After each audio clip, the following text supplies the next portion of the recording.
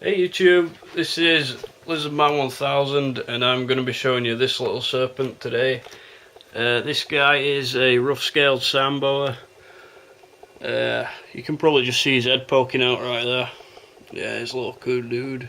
He's about a year old and well, he was about a year old when I first got him, so and I've had him like just under a year, so he'll be about nearly 2 now. He's about 18 to 20 inches, and that's about as much as he'll grow. They're a very small species of boa, especially the males, but females get about 3 feet because they have to cope during the gestation period.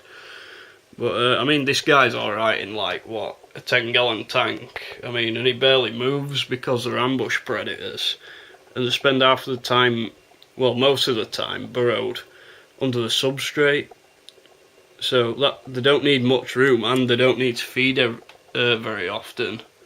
It's a very minimal food consumption due to the low use of energy, so they're a very good starter snake, and plus they're very docile as well. I mean, this little guy's really good for handling.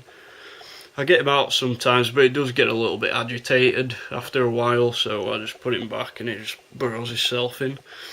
This is about 3 inches of like dirt, sand, gravel shit as substrate. This works quite well because it holds burrows and it's not very moist either. It's very dry, and that's how I like it.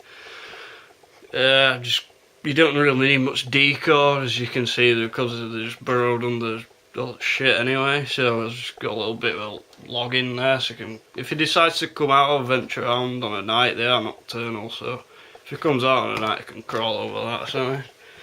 And I've just got a little mini water bowl on the cool side because they don't require much water, as I like it very arid indeed. And this is just a custom screen top I made. It's half decent, does the job.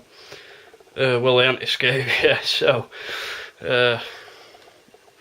it works quite well really. It just pulls off. It's not locked in or anything, but it's like an extremely tight fit, so it won't come off like ever really unless I take it off. I do have an heat pad under here. It's about 6.5 watts.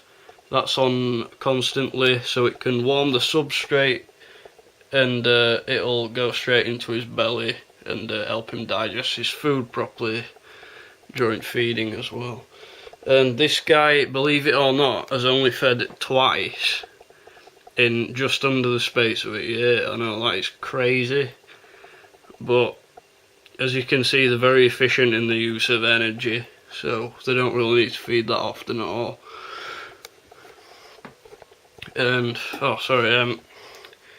yeah, this is a just a heat dome I have above here on the warm side as well. This has got a blue reflector in it, which is 60 watts, and that's on for about 10 hours a day, which is connected to this timer down here. Sorry, that other plug in there is connected to my crested gecko's enclosure, but it don't matter about him. And through the day that gets about 26 to 28 degrees, and then this turns off about 6 o'clock at night, and then it cools down to about lower 20s.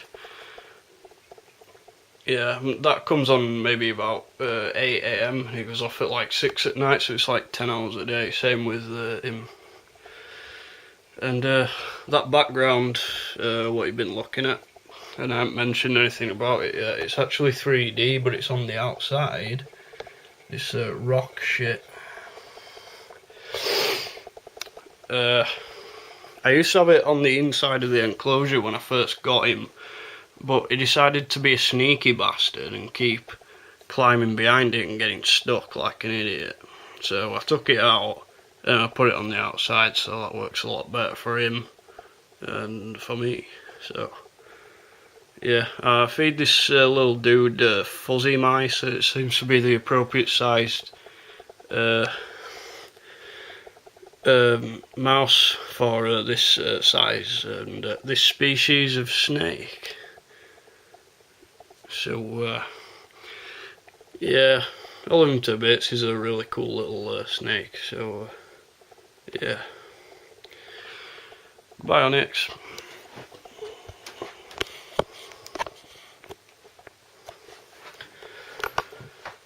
Okay guys, cheers for watching. I know he's a bit boring, he didn't do much, but I love him. Yeah, cheers for watching. You know, like, comment, subscribe if you want, watch some more videos. I'm not fussed. Yeah, cheers for watching. Have a good day. See you later.